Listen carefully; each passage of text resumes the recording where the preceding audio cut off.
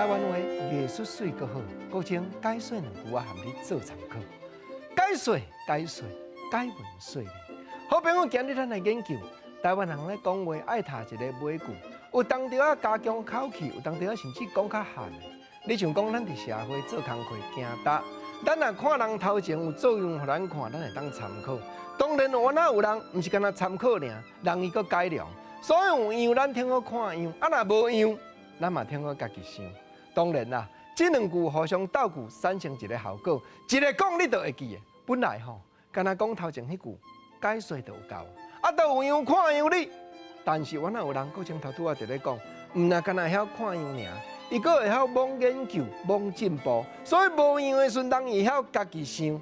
啊，样甲想一个斗句尔，我甲你保证，你听一摆就会记的。所以毋则讲俗语，到底是虾米人创新变巧，会晓想一句尾句甲踏落去？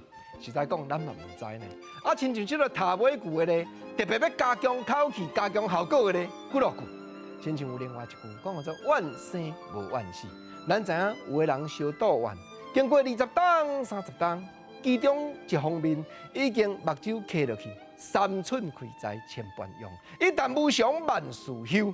但另外一个朋友就会甲解劝，讲人讲万生无万死，后壁佮读一句讲万死无情理，对毋？啊，迄个人都已经离开世间，万项的恩怨拢已经放落啊！你但只继续倒完，继续唔愿，简单讲啦，是你唔放家己煞，伊都已经唔知啊你。所以万生无万死，即句解说都已经讲完啊。到底是谁去甲想一个尾句踏落去，踏一句讲万死无情理，解说阁会通呢？啊，阁死甲你斗句，你嘛听一摆就会记的呢。踏尾句有当时为着加强口气，有当阵啊另外阁为着趣味性。亲像有一句话讲做路见不平，我知国情啊，路见不平的时阵，咱讲拔刀相助，毋是。但到底是谁，我毋知。后壁甲写一句趣味的，讲路见不平，气死迎人，对啦。因为吼，这个甲我无牵介，这都是毋是我的工课哩。毋过路见不平，照路经过，看到互相产生纠纷，大汉的咧欺负细汉的尔，气死我这个迎人。啊，气死迎人，你要安那？我要闭手啊！